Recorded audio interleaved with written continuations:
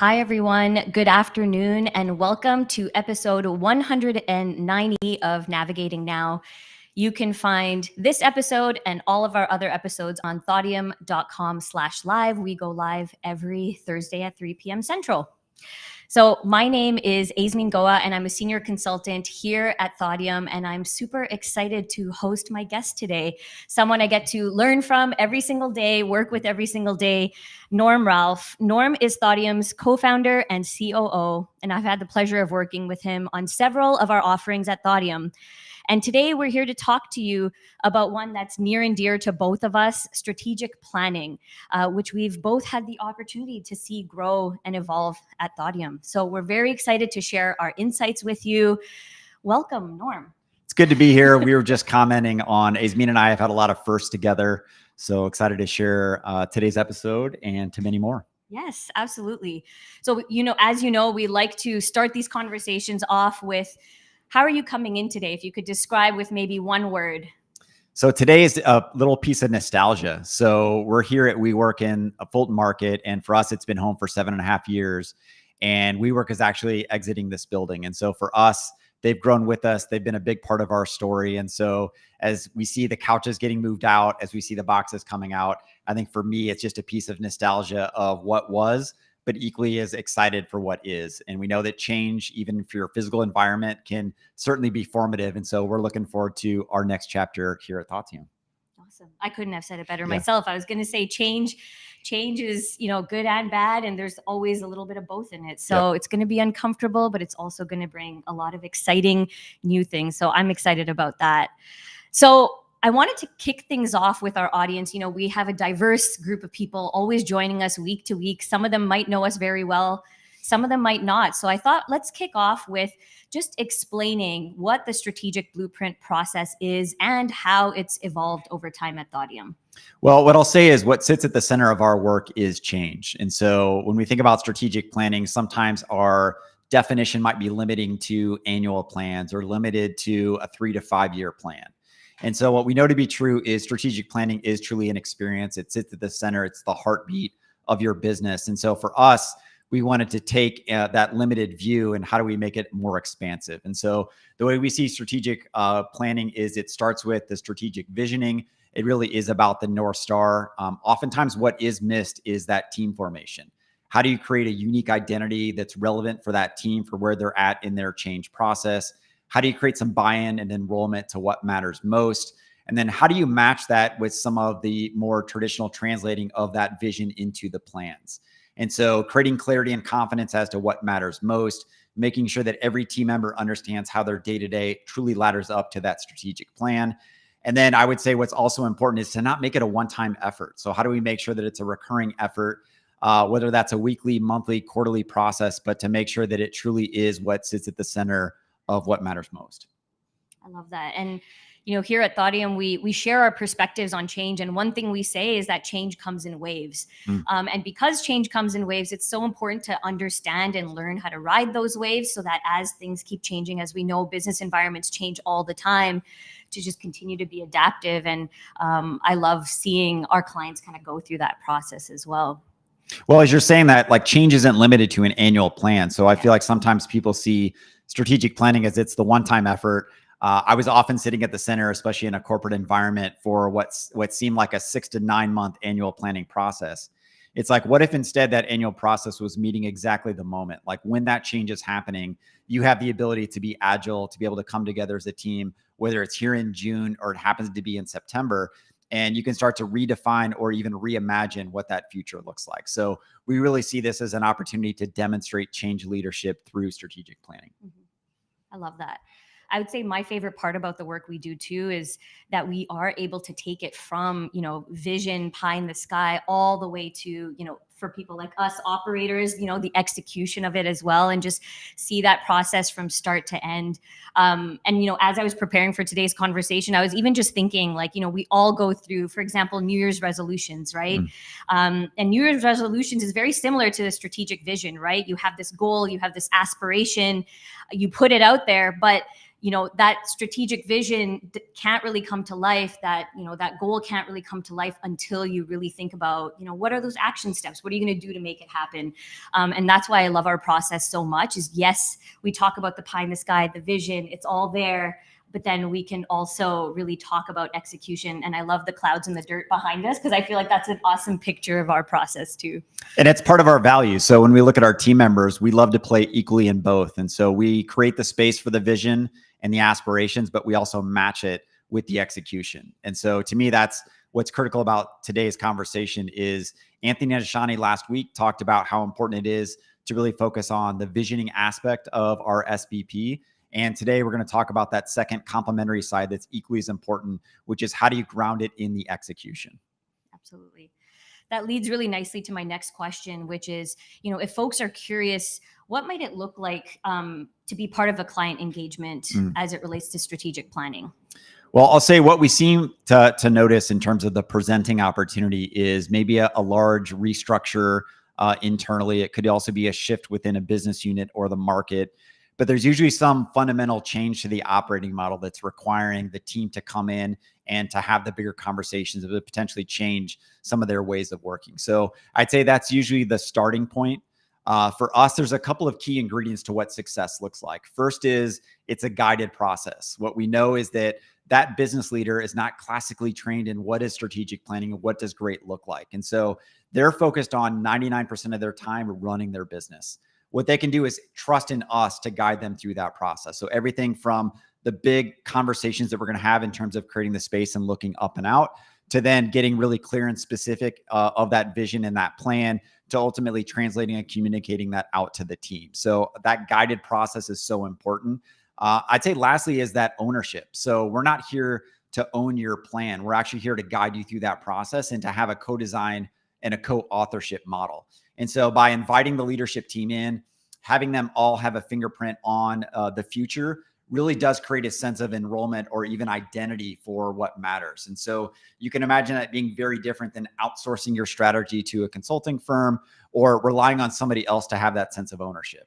We really take pride in that co-authorship, co-ownership model. I love it. And I love seeing ourselves as those guides as well. And, when I think about my work in change, they say there's a stat out there that 70% of changes fail. And oftentimes the reason they fail is that baton, the passing of the baton is a little bit shaky, a little bit messy. And so, like you said, if we enroll folks right away, if they're part of the process from the get-go, that enrollment is already there, and we're not really worried about so much of a start and stop or a pass of the baton, but rather it's like, hey, you're in it with us. Let's build this together, and empower you to carry it forward, because that's why strategy matters, right? It's the vision as well as the execution. Well, I would say that you look at some traditional processes, they're reliant on a calendar to say, like, well, we're not going to start talking about strategic planning until September. And then we're going to do that, and we're going to somehow be able to predict the future in December and January and then set it. And then we're not going to look at it again until September, that next year. And so what we want to do is we want to create a sense of an empowerment model where you understand what the process is. And as soon as you have something fundamentally changing about your business or your operating model or your team, it's like you've seen it. It's a living, breathing plan that you can continue to refine as you're going through the year. And so that's also something that we see as a really big differentiation in terms of a high-performing team is they don't see it as a set it and forget it. They're having this be at the center of a weekly, monthly, quarterly call, and they're tying the activities, the success, the learnings, the failures to that plan and saying, how do we need to refine it? Mm-hmm. And so to me, if it's a living, breathing expression of your business, that's what great looks like. I love that. I know you've been part of, many strategic blueprint processes, the client work. And when I think of all the clients you've had the ability to guide through this process, just wondering, what are some of the maybe big light bulb moments that you've witnessed as being part of the process and being that guide for folks? Well, I'd say maybe the first thing that comes to mind is the challenges at hand seem like they're overwhelming and they're not able to get out of their own way. It's almost like the change is happening to them. And so what typically happens is in that first offsite, you get a chance for the team members to maybe name it or let something go, or to realize they actually have more agency to define their future than maybe they feel on a day-to-day basis. So to me, there's always this moment where you start to feel the team rise above the current environment or the challenge at hand. I'd say secondly is, if I'm a leader, I'm realizing that I'm able to step in at just a higher altitude and have more influence and impact than, again, maybe my day-to-day tactical maybe role or function allows me to.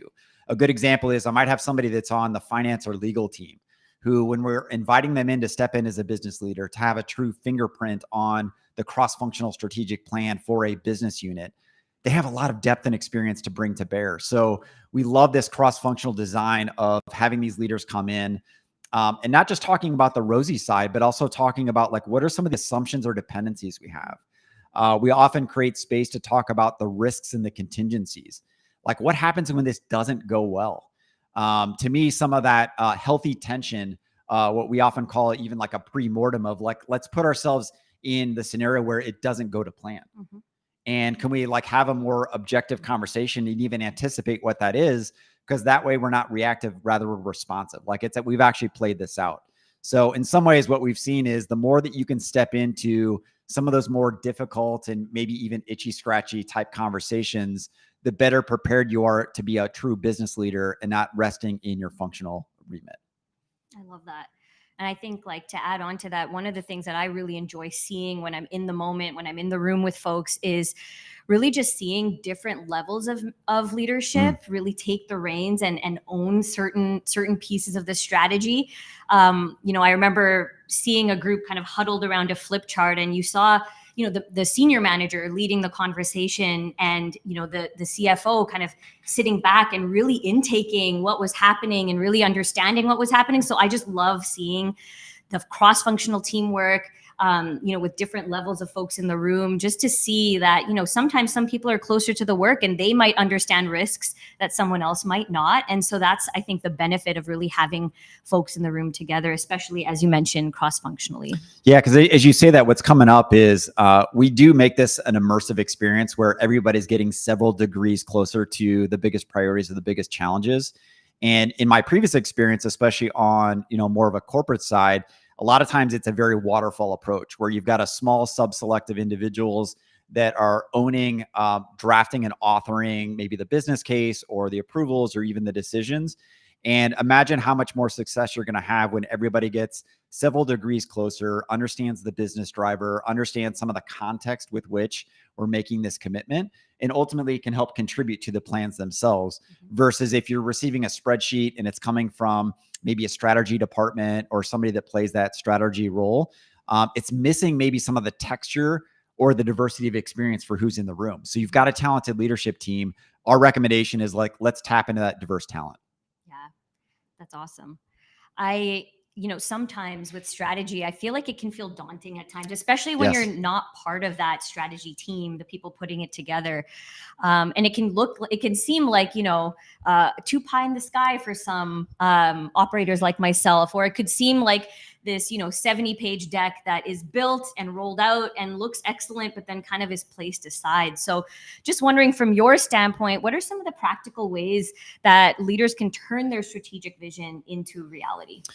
I'll say the first thing that comes to mind as you're talking about that is having a guided process where you're going to be playing at different altitudes. That also leans towards the preferences of some who prefer the higher order context, others that might need the more, specific or tactical details. So your ability to lay out that plan and to understand that there is an integrated progression of where and how we're going to have the different conversations. And that's where I love that we have this proven process where we're able to bring everybody from the highest level 2 to 3 year mission vision, those long-term goals, to then translating that down into annually, what does that mean for us from a people, product, and process side, to also tactically or functionally, what does this mean for us when I'm within this function? How is that going to change my day-to-day, week over week, or even some of the growth goals that I might have as an individual? So I think that level of guided process is absolutely critical. I'd say another one that really comes to mind is having context. So that's something that often gets missed. So you can imagine if you're a leader, whether you're a senior leader or a mid-level leader, oftentimes you're part of a conversation that maybe the rest of your team is not involved in. So one thing that we've done a really good job on is how do we provide strategic context or business context for somebody that might be joining a project or a program, or somebody who might be midstream coming into a project or program. So one of the tools that we use is a lean business case. So what you can imagine is that's a 2-pager. And what it does is on the front page gives you the context of what's happening in the market and what was the presenting opportunity that created this to be a priority. What's the stakeholder impact or maybe even your client impact? And it's just really getting down to the why. If you spend 5 to 10 minutes up front, making sure that everybody's grounded in the why, there's a high correlation to the rest of the team making good day-to-day decisions that ladder up to make sure that that's a successful project. Second is on that second page, it starts to get into a little bit of the what and the how. So if everybody has the ability to have that 5 to 10 minutes set of context, whether it's in written form or whether it's oral, I just recommend continuing to ground people in that. I'll go back to that 99% comment. It's like all of us have a lot going on. And so you can't assume because you're able to go super deep on a given project or a given client that everybody else is coming in with that same level of depth. So something that we often do to kick off most of our meetings is we'll create 5 minutes up front to truly create the space to connect us as people, but ultimately to connect us to the context. As a reminder, like, this is why we're doing this. This is where we last left off. This is what we're looking to accomplish. So if there's something that I can underscore is sometimes you need to slow down to make sure that everybody's aligned. And to me, that can really set up the entire team for success, both in the moment and coming out of that meeting. Yeah, I love that. And I feel like as you were talking about that, I was thinking about how important communication is in all of this, right? Yeah. Whether it's through a forum like a meeting or an email, whatever it may be, I feel like meeting people where they're at in terms of communication is so important. Oftentimes we see high level strategies being rolled out by, maybe an executive leader, but I think it's so important for direct managers to also talk to their peers about it, talk to their teams about it, because that's where the cascade and where that happens, that's where the magic happens, right? That's where the execution can take place. I always say the "what's in it for me" message needs to come from the direct leader, Absolutely, rather than it being, an organization-wide email. So, love the piece on communication, Norm. Awesome. Well, wondering from you, Norm, what are some ways that leaders can make sure that their teams are part of the process? We mentioned communication. We mentioned having diverse groups of people in the room, cross-functional team members, and how that brings value. What are some other ways that folks can get people involved that might not be part of the process? Well, what we've seen is it's easy to fall in the trap, and all of us, I would say lean in this, is you want to be inclusive and you want to make sure that you're bringing your entire team in. There's a reality that they can't be involved in every step of the process. So what we like to do is to have these intentional points all the way throughout where you get a chance to both communicate, but also have direct interaction or engagement from the team. Because you can imagine through their series of questions or even through some of the personalization that they're making to that change, it's really going to bring it to life. So a good example is, you might be a certain way through your planning process, and what you want to do is put the initial concepts in front of an extended team. And what you want to do is create some space. Maybe it's a 60-minute meeting to have a real interactive dialogue on what this looks like. What does this look like in practice? And ultimately, how can we make sure that this is successful? So rather than this big bang approach of like, let us, go into a room and a week later we'll come out, we've got all the answers. I would really suggest that you invite the team in at very iterative parts of the process and intentionally allow them to create some texture for what it means for them. So going back to that with them, to me, like, that is what success looks like, is making sure that the team at every single level can really identify and understand what this strategy is and ultimately what it means for their role. I love that. And, that it brings up the fact that, everyone experiences change differently, right? Regardless of your role, where you sit in the organization, like, we're all intaking information differently. So how can we create that space where we are able to bring it to folks in a way that meets them where they're at, but is also agile, like you mentioned earlier, right? These strategies evolve over time. We're living in such a fast-paced world right now where things are changing constantly, right? So if we're able to show pieces of the strategy or, during certain milestones, we might get more out of it versus that big bang, like you mentioned. Well, so you talked about change, and all of us experience change differently. And I would say most recently we had a client partner who there were some realizations that I don't always have to be the change champion. So I'd love for you to share, from your own change leadership, some of the ways that we've started to normalize some of that process and even some of the emotions, because sometimes as the leader, you might feel like you have to have all the answers, or you might feel like I should always be supportive of this change. So maybe share with our audience, like, what are the ways that the emotions can be normalized or recognized throughout that change process? Yeah, that's a great question. And it is so common, right, that we feel like we need to be champions of certain changes. But what we like to share here at Thaudium is to just authentically sit where you're at. If you are a skeptic, it's okay to be a skeptic. But there are things that you can do as a skeptic to help still move the strategy forward, to help still work towards the goals. Things that you can do are just being really vocal, being part of maybe training initiatives, being part of the conversation, so that, you know, you might be a skeptic, but what you're bringing up in these meetings can really help maybe bring up some risks that you can mitigate early on in the process versus having to wait. So there are tons of things that you can do without being a champion right away to move yourself and your teams through change. We always say to sit in your seat authentically versus feeling like you have to sit in that champion seat all the time. Yeah. And I'd say the thing that I've learned from you is that change is not in a team and happening all at once. Rather, it truly is individual. So I would say I had this false assumption that, like, we're going through change. And so as a team, as an organization, like, we're at stage 1 and then we're moving into stage 2 and we're kind of in lockstep. And I think what I've come to really appreciate is there's going to be times where somebody's either in role experience or even outside of the firm experience might give them a leg up on that change. And so maybe they're already in the acceptance and they've already started to take action where you're actually lagging behind. And it's also not limited to the title or where you sit within the organization. You might have individuals that are individual contributors and early in their career that are out in front, or maybe they're way behind. And just because you're a senior leader doesn't mean you're always out in front.